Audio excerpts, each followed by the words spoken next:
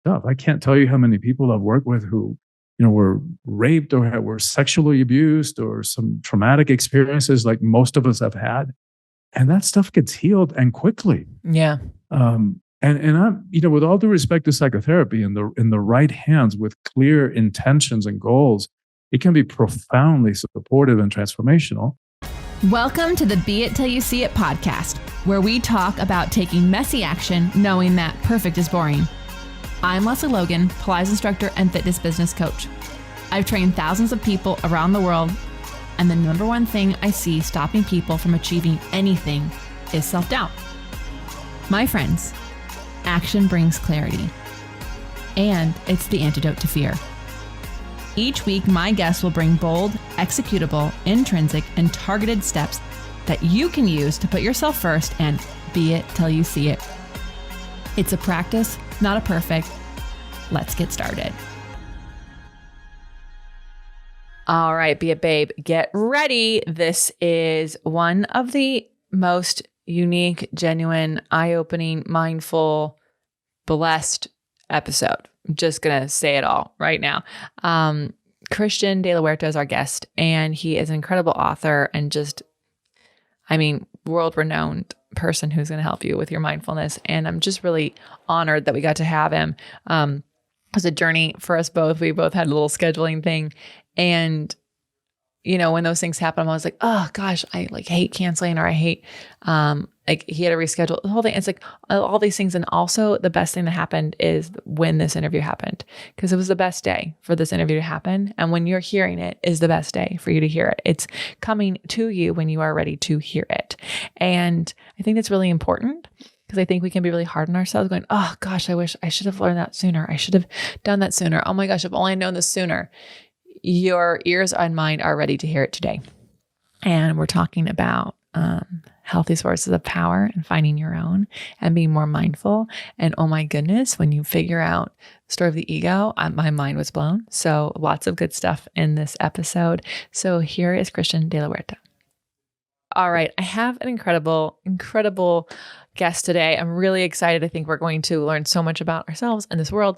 And our guest today is Christian de la Huerta. And I am so excited to have him on the show finally. It's been a long time coming. So Christian, can you tell everyone who you are and what you rock at?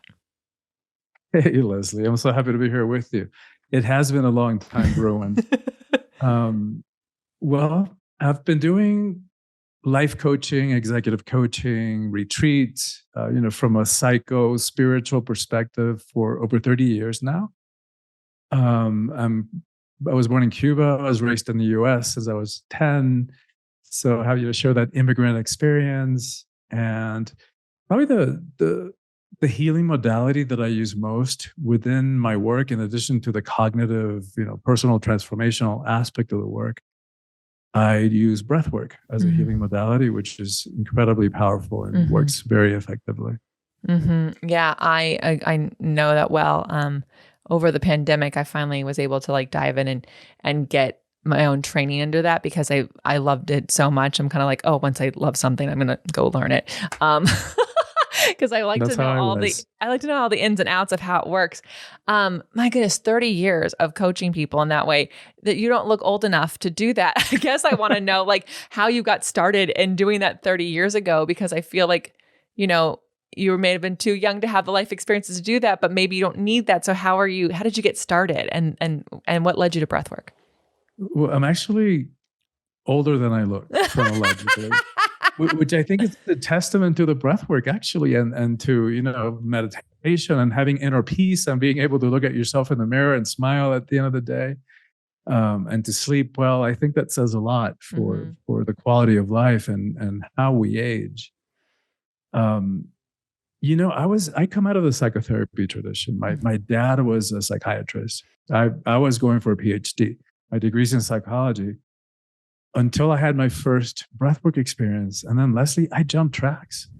I was so just blown away by it that I had to do it again, and I had to make it available to others. And I've been all over the world sharing this practice with countless people. Yeah. Yeah. And it just works, it works fast. They haven't really studied breath work, like a lot of studies they've done on meditation and what's happening in the brain when we meditate. I'm sure it's a very similar process for breath work, but they're just now starting to research it. How does it work exactly? Yeah. But I think it's ultimately a mystery, but I can't argue with the results. It works and it has permanent effects and it heals. I don't know anything more effective in terms of healing past trauma. Mm-hmm. And I'm talking serious stuff. I can't tell you how many people I've worked with who, were raped or were sexually abused or some traumatic experiences like most of us have had.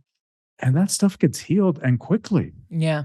And I'm, with all due respect to psychotherapy, in the right hands with clear intentions and goals, it can be profoundly supportive and transformational. And we all know that you can sit on somebody's couch for 10, 20, 30 years, rehashing the same old crap, and nothing really happens. Yeah. And the reason for that is, that trauma no longer lives in the mind. It's descended into the body and has been somaticized. So it's in the cellular and the tissues of the body. So no amount of talking at it isn't going to really get to it. So breath work, like a couple of other practices, bypasses the mind and it goes to the source of the trauma in the body and it clears it. And amazing things happen. Yeah, it is kind of interesting. I came across, I did breath work, in some different yoga classes where people were trained, but I never really knew all the things about it, wasn't a practice of mine. And then I had a girlfriend, because I'm as a Pilates instructor, one of the girls, so Joseph Pilates is very big on breath. He actually has a quote in his book: above all else, learn how to breathe. Most people, their lungs are a cemetery for disease because they're not actually exhaling. He was very big on you've got to get the air out, and it was very big on his breath. And so if you actually look at the Pilates exercises, very few of them ever hold the breath. Most of them are about moving the breath out. And he had a breathalyzer. So just very big on it. So Chloe is interested in this one girl in this class I was taking. She brought up, the book Breathe, which I'm sure you've heard of a million times and more. But she brought up in how our facial bones continue to change in our life. And I was like, hold on, what do you mean they continue to change? So I got really interested in reading the book. And what I discovered in that book is what you just said, there's still not a lot of information known about why it works. And just people were doing amazing things and they're like, oh, that person's not a doctor. We're not going to pay attention to what they're doing. And I think that's a shame for a lot of things in this, a lot of the tools that work out there, because the people creating them were not doctors. We don't look at them. So I find it really interesting for the person who's listening, who's you guys keep bringing up breath work. What is it and how, what are the benefits? Can we just take a 101 level on that? Can you explain to people when you talk about breath work, what it is? Sure. I mean, we should acknowledge that breathwork is a very large umbrella term, right? So under there, we can find the type of breathing techniques and practices that you do at the end of yoga class.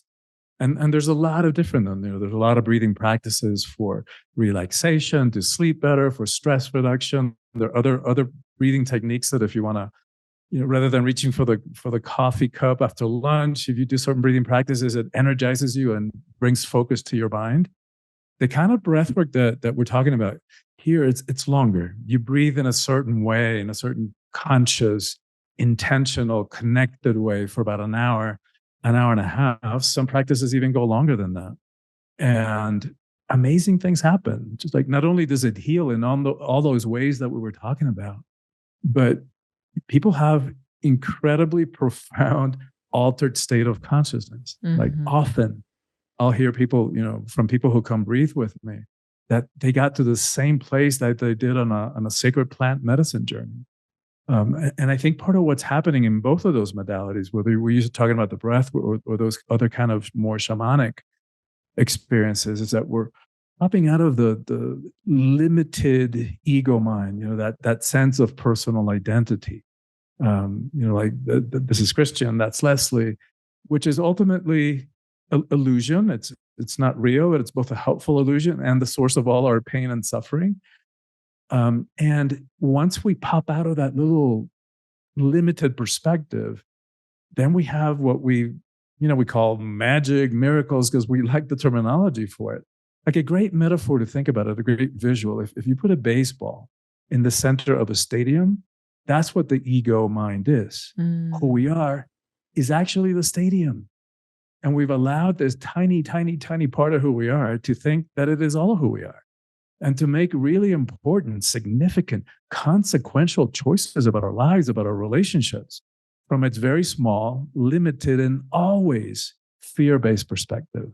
So for anybody who's on a journey of awakening or remembering or empowerment, first step, as far as I'm concerned, is understanding how the ego mind works.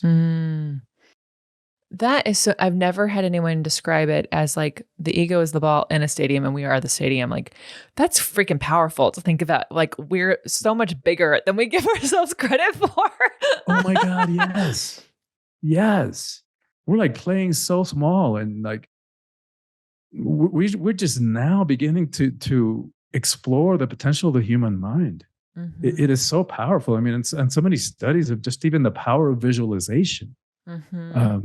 For example, one that I was looking up the other day, they compared two different groups, same kind of comparable groups in terms of who made up the group.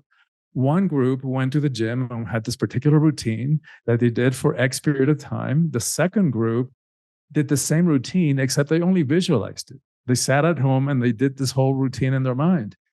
After whatever the length of period it was, the gym goers, I think they had like a 30% increase in muscle mass. The people who just visualized it had a 17% increase in body mass, almost half. Yeah. The result just from using the mind. Yeah. The power of the mind is just amazing. Yeah. You made me think of this story. I can't remember which book I read it in, but like there was a prisoner of war in Vietnam, and they, every single day they pictured themselves doing 18 holes at the golf course back home. Like that was like how they kind of like spent their day to like distract themselves from being in this prison camp. And they're not being fed there's not being protein, they're deconditioned. Anyways, he finally gets out, he gets home to the States, and his friend's like, what do you want to do? And he's like, I want to go play a round of golf. And they're like, 18 holes? You've been in prison for over a year. Like there's no way you have the stamina.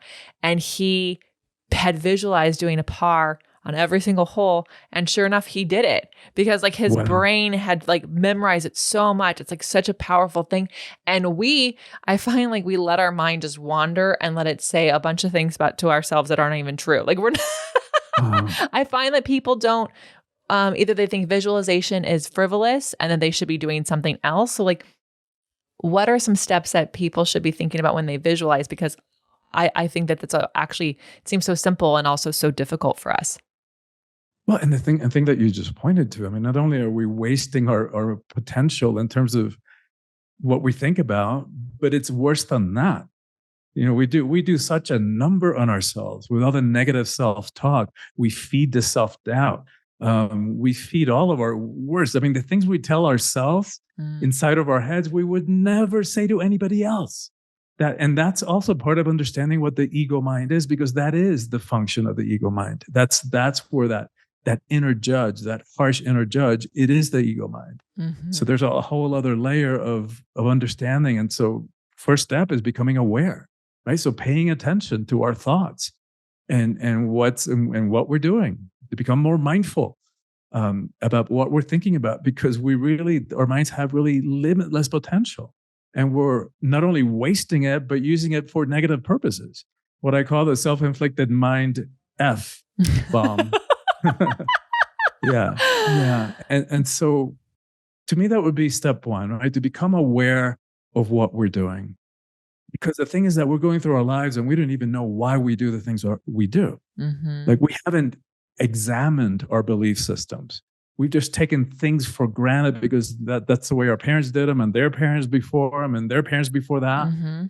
But we haven't really stopped to question, for the most part, why we believe the things we do, and why we do the things we do, and why we get triggered. Why do certain people trigger us and others don't? Certain situations. So if we're on a journey of personal empowerment, those are like great beginning steps. Yeah. Right? Like start paying attention. Yeah. And even if you like set your timer for the hour, like it goes off on the hour, it takes 10 seconds. What am I thinking about?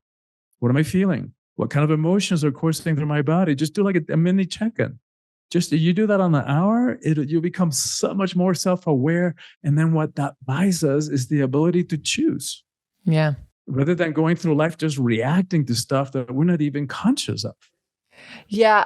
Oh my goodness. First of all, this is hilarious. While I was in Cambodia, I was doing some journaling, and one of the questions is like, prompt yourself, like, what are you thinking? What are you doing? And I was like, okay, I'm just going to put a little reminder in my phone, and I'm just going to like let this time scroll. So it just comes off at a random time. Like I'm just like that time. So I'm not expecting it. Right. And today it came up and it was like, what are you thinking about right now? And I was like, right now I'm thinking I'm really tired. I'm like, oh, I'm really tired.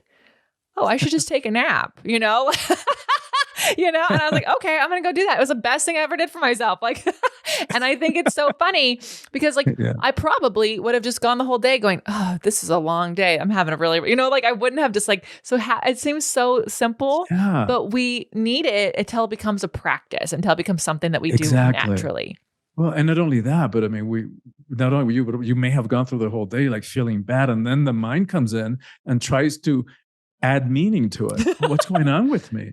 Well, it must be because I hate my job, or it must be because this relationship, what's wrong with it, right? And then we get lost in those stories that we are making up in our minds. Yeah, and it stresses us out, which causes health problems. It's the whole thing. Yeah. Oh my gosh. Yeah. Okay. That is a great first step that we could all take. Simple, y'all, and probably something you're like, it should be harder than that. No, it can be easier. We don't have to make everything so difficult. I have a question for you, Christian. You said your dad's a psychotherapist, and like I'm stuck on a little bit like, how did your parents take it when you're like, I'm quitting school and I'm going to teach breath? Like I just kind of, and the reason this comes up for me is that, a lot of people who listen to the show, they have these big aspirations, they have these dreams that they want to do, but they're afraid of letting people down around them, or they're afraid of like what people will say or judge them for. And I guess I just wonder, like, I'm curious if like your family was super supportive of you and the change you want to make, because people who go to college and their parents who went to college probably want their kids to. So like, how did they take that? Yeah. I mean, I did complete my 4 years. Okay. You did it. I just didn't go to the, grad school, didn't pursue the PhD. And in that sense, my dad was great. And both my parents were great. They just really wanted us all to be happy. They had a more difficult, challenging time with me exploring spirituality beyond the confines and definitions of Catholicism, because they came from that religion in which, they were taught that is the one and only true path. And so that was a little bit more challenging for them. But then they started to see the result. They looked in my eyes and they saw they saw good there. And they saw the things that I was doing in the world were good things and making a difference in real human lives. So they came around. They came around to that. But I think you're pointing to a really, really, really important point, which is how often and how frequently all of us have given our power away because of that fear of what somebody else was gonna think, or because of even the unexamined expectations or the assumptions that we make before even having the conversation with them. We just assume that we know how they're going to respond, so we internalize it, and then we react so as to avoid conflict. And like, oh my God, and the waste of human potential is tragic. Mm-hmm. Yeah, you said assumptions. Like, it's kind of funny how we would like, a lot of people will make decisions based on what they think someone's going to say. Exactly. And then really, because our mind goes and wanders, we create a whole story, and then we get angry with them about a conversation they never had. And then we avoid them, or they trigger us, and they're just like, hey, and it's like, yeah. And you're like resenting them because you made a whole life decision based on what you think that they would have said, and they never said it yet. So it's so funny, the game. Talk about tragic. And messed up. It's messed up. And that connects to power. And how many times have we given our power away? How many times have we said yes when inside we really felt no? We really didn't want to do it, or it really wasn't okay with us. But just we override our beliefs, our values, our preferences, our dreams, and we settle. We settle for an illusion of security, for a false sense of security, and we settle for crumbs of pseudo love. And it's all happening inside of our heads. It's all made up inside of our heads. Yeah. It's really tragic. So I guess then for the person who like has this now as a ingrained habit, they live their lives like, and it's not just one person, it's like most people, live their lives just with these assumptions and giving their power away. It can feel like climbing a mountain to like get your power back. Like what is the step? Is it just going back to the awareness, or like how do we actually, is it saying no when you mean no? Like what is what is something people can practice to like feel like they are actually taking control and being and bringing their power back to them? All of that. And by the way, I would say go get my book, right? Yes. Get it on Amazon, Awakening the Soul of Power, and it'll walk you through it. It'll walk you through the whole process of understanding the ego mind and why we do the things we do. And it'll give you a different perspective, a different way of how to look at power. Because that's part of the problem. We've been conditioned to believe that power is a negative thing. And it's and then on top of that with phrases like power corrupts and absolute power corrupts absolutely, and who wants to be corrupted? And then on top of that, how many of us have witnessed abuses of power? So we tend to associate power with abuse of power, and good people don't want to do that. We don't want to abuse power and cause harm. And then we've also been taught mistakenly that the emotions are weakness. Especially men, little boys don't cry. And so many faulty assumptions that go with that. First of all, why don't little boy cries? Why? Because only little girls cry. Because the feminine is weakness, right? Somebody along the way decided that the feminine is weakness. Like, wait a minute, that is so wrong, so not true. If you want to talk power, courage, resilience, let's talk about the power of creation that exists in a female body. It's like, seriously. Yeah. And to lighten things up a little bit, Betty White, who left us last year, she was being interviewed. The story goes she was being interviewed in one of those multiple celebrity group interviews. And somebody said something about having balls. And she goes, wait just a minute. Where do we get this association of courage and strength with balls? You thump those little things and the guy collapses, bends over in pain. You want to talk courage and strength and power? Let's talk vaginas. Those things take a pounding. Oh my God, I love Betty White so much. That is the best. But seriously, right? So that's one faulty assumption. And then that the emotions are weakness. Wait a minute. They're not weakness. They're not strength either. They're just energy. So what happens when you put all that together into the mix, all those beliefs, it's the beliefs about power, the conditioning, that's the reason that we end up overriding our true desires and preferences, and we end up settling. We hate conflict. We avoid confrontation. So for somebody who's on this journey of wanting to reclaim their power, there are a couple of first steps. First of all, understand power, right? Understand your relationship to power and why you believe certain things about it. And then start paying attention, right? In the same way that you put that little timer to see what kind of emotions you're having or what kind of thoughts you're going through your mind, start noticing. Like, start observing yourself, going through your life mindfully.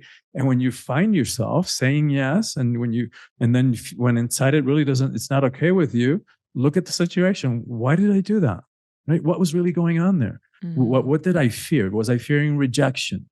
Did I fear that I was going to end up alone? Did I fear that I was going to rock the boat of a relationship too much?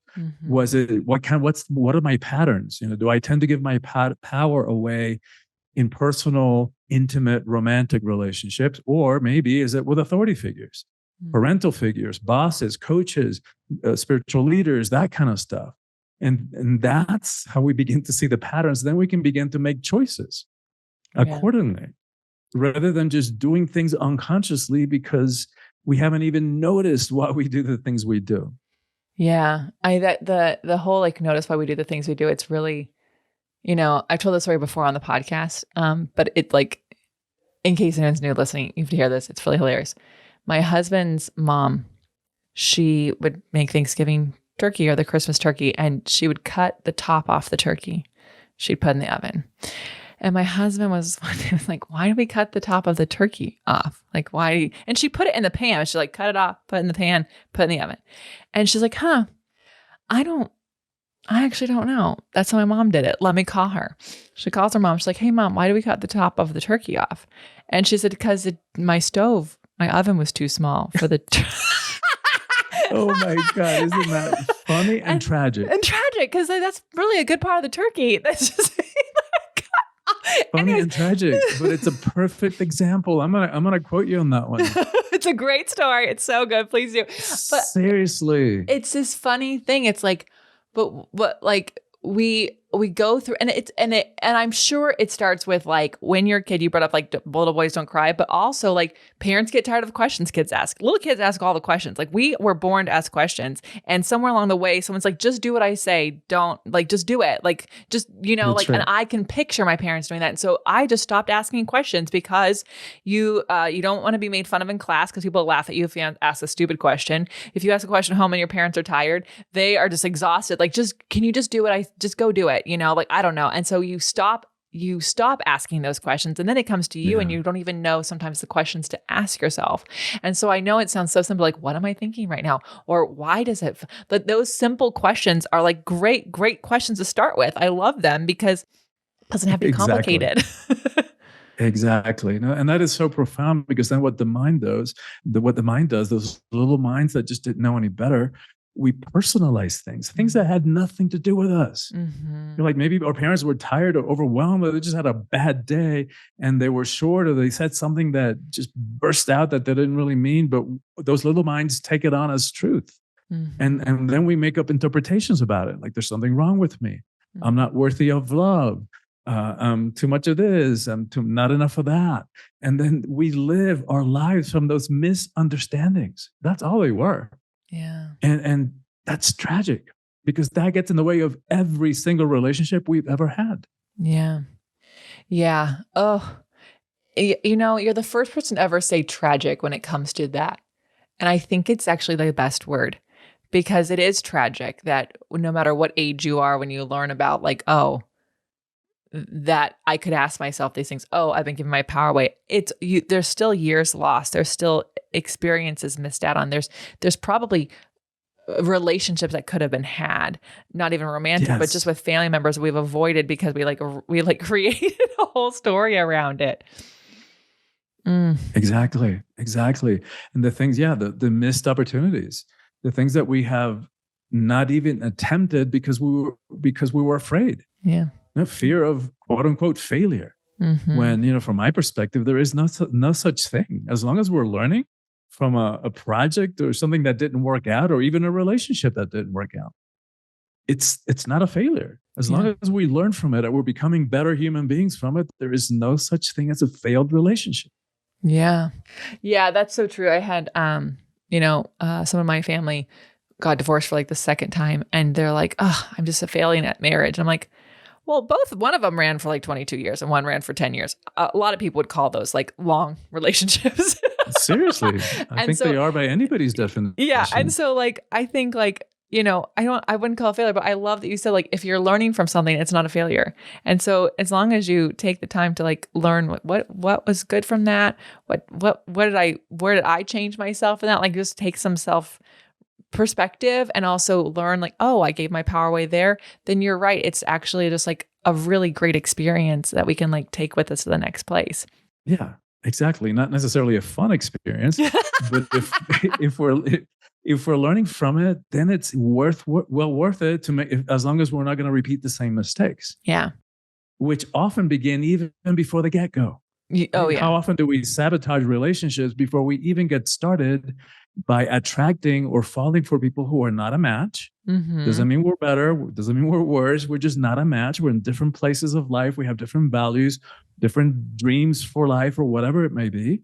And we fall for people who are not available. Yeah.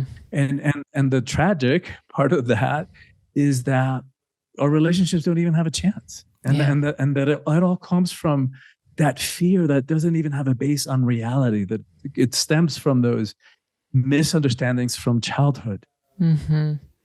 And so this journey that we're talking about of becoming aware of why we do the things we do, it takes work, no question.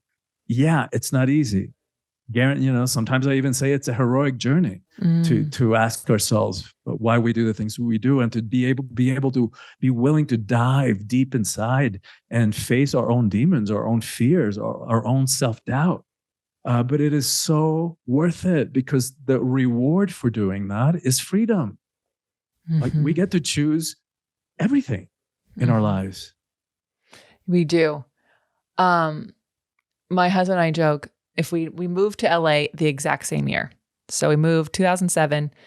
He moved from Philly. I was born and raised in California, so I just moved from a different city. But we're about 2 months apart. We literally worked within a block of each other many of those years, like just basically on the same street of the city for we met in 2013. So 6 years later, right? I think I can do the math. And so someone introduced us. And when we found out that we literally worked across the street from each other at that exact time for the last year, we'd never seen each other, never met, like just going through our lives. But as much as we are like, absolutely this great match, I'm so excited. We also know if we'd met any point between 2007 and 2012, we would have been like, who is this? What a crazy, like we had to go through the relationship we went through before that and really examine like, who am I? Like, why did I choose the person that I was just with that was not all right? Like, we both went through this whole journey because of the ex that we had that allowed us to go, oh, hi. Yes. Exactly. And also like the person I was when he met me was I was just like, nope, you can't, no, I'm not going to hang out tonight. Like, it wasn't like, oh, I'm going to say yes because like I want someone to like me. It's like, no, I'm tired. Actually, I'm tired tonight. So we're not, and so like, but it's so interesting how, we, especially when it comes to relationships, we do fall for people who are unavailable, or we try to become something we're not, or we make up reasons for, oh, it's okay that they said that. And like, I was being too much of this. And we just tell ourselves these things. And it's really about that self-examination that we have to go through. And I know I kind of want to go into like, you have this amazing book. What made you write it? And what are you hoping that people get from it? That's a great question, and I want to say first that I'm an unlikely person to be speaking about and writing about personal empowerment. Like, I know self-doubt. In fact, I know self-hatred. My entire adolescence was one long depression with suicidal ideation and fantasies. And flash forward to today, and no matter what happens in my life, no matter the circumstances, whether a relationship works out or it doesn't, whether a project succeeds or it fails, in quotes, never, ever, ever, ever do I question my sense of self. My self-worth is unshakable. So I know if that can happen in me, it can happen in anybody. And that's the kind of teaching and process that I share in this book. And it's very, I know how busy everybody is. And I know that less and less people read. But I designed the book to make it very navigable, right? To make it easy to work with, so that the chapters are short and they have practices designed at the end of, practices at the end of each chapter designed to help us integrate the concept and the teachings. So that I love that about your book. I'm sorry to interrupt. Because too often I find a book and I'm like, okay, thank you for all this information. And like, I don't even know how to integrate it right now. And like, too much information is too much information. Well, that's the point. Like, we don't need more information. We've got information overload. Like, our brains are like tapped out, maxed out with all the information that's bombarding us all day long. And so, yeah, so those practices are designed to integrate the teachings so that we actually live from them and our lives get transformed. We don't need information. What we need is transformation. And that's what those teachings and those practices are help designed to do. And what inspired it? I think interestingly, the seed thought about that was my older sister. I'm one of 9 kids in a large Catholic family. So further evidence that the Catholic roulette is not very effective. And I'm just kidding. Maybe my parents did want to have a large family intentionally.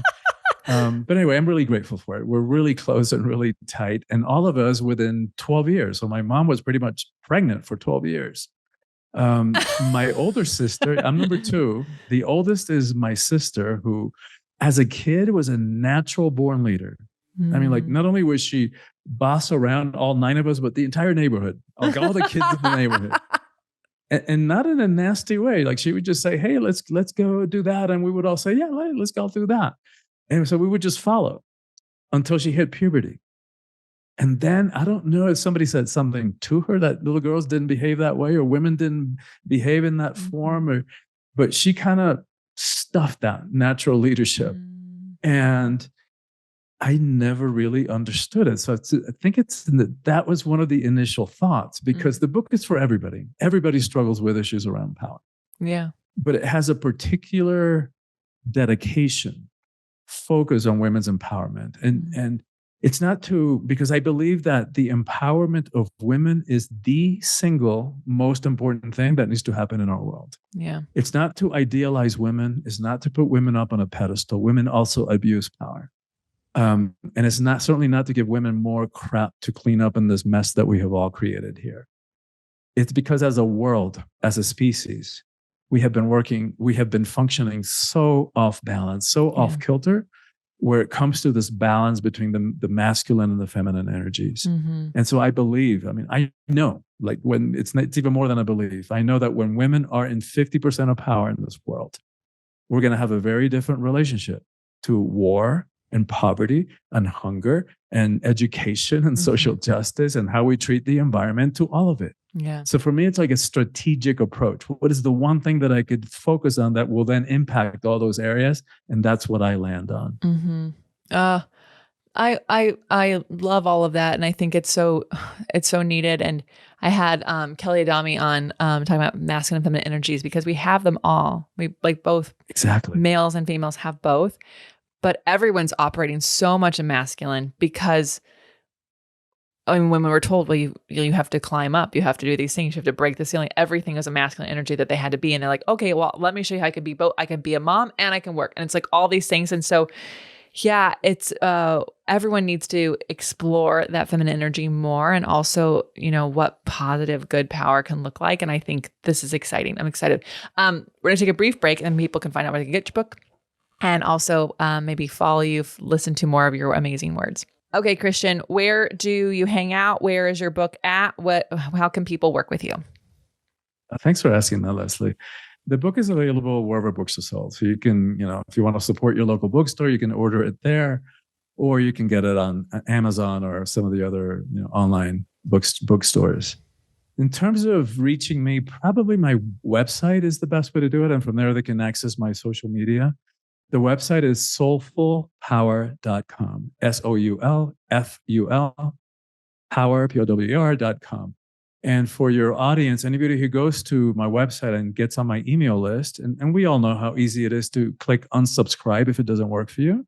And I'm not going to take it personally if you do. Like, I get how I get too much email too. So no worries if it doesn't support your path of empowerment and remembering and discovery. But anybody who does get on my email list, will send them a sample chapter from the book, and one that speaks about what it means to live heroically, which you and I have kind of addressed it a little bit today. Some of the ways, what it means to live heroically in the 21st century. We'll send them some of the power practices that we were talking about, and we'll send them a guided meditation that I created in the midst of the pandemic, which is about how to move into a place of trust in a time of chaos. Very needed. I love that. Thank you for that gift. That's wonderful. And yeah, I mean, for the whole reason of just exploring it more, if it's like piqued your interest at all, you guys just explore it more, because you can just unsubscribe if it doesn't hit the thing. It's so easy to do. Okay, Christian, you've given us a lot of amazing things, but you're good with the action items. So you understand, I like people to have something they can take away. What is something that's bold, executable, intrinsic, or targeted that they can take to be it till they see it? What do you have for us? Yeah, you know what? I go back to the breath. If you deepen your relationship with the breath, it'll change your life. So, and it doesn't even have to be like an hour-long breathwork session. But pay attention to your breath. Notice your breath. Put it on that timer, right? And the same time, the timer goes off every hour, whatever period of time you choose. Check your breath. Notice how deeply you're breathing. In addition, you're going to check your thoughts. What kind of emotions are you having? And you just observing it, right? It's about becoming more mindful, more attentive, more aware of what's going on with us. And notice your breath. Because the thing that happens is when we get upset, if you pay attention to that, we start headed in the direction of an argument, or we start getting stressed out in traffic. The first thing we do is we stop breathing. And we start taking really, really shallow breaths. And that's what anchors those emotions in the body. And then you have to come spend a perfectly good evening or weekend retreat with me breathing to clear all those emotions that we're stuffing. Stop stuffing them, right? Feel them. And one of the ways to do that is keep breathing. So you start find yourself stuff in traffic, getting frustrated. Deepen your breath, slow down your breath. But it's a habit we have to build, right? Because when the moment we're just in the upset. So that's the purpose of doing the timer on your phone, is because that's how you develop the practice.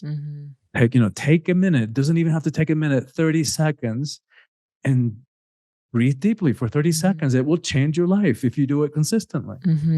Yeah, you are so right on. There's this one, the founder of Soul Cycle, she said, because Tim Ferriss asked her, like, do you meditate? She's like, yes, for 11 seconds. And he's like, what? She's like, I have an 11-second meditation where I hit play and the guy goes, inhale, exhale. And it's 11 seconds long. And she's like, I do that throughout the day whenever I need it. And it really helps like just bring the nervous system down. And like, I'm not saying that no one should meditate, but my goodness, if you think you're so busy, you can take 11 seconds to like take a nap. Oh my God, yes. Yes, absolutely. If you want to develop a meditation practice, great. But even if you do that, just that 11-second meditation, do it. It'll change your life. Yeah. Christian, this is so wonderful. I'm so grateful for this talk. Just really enlightening and just eye-opening for us all.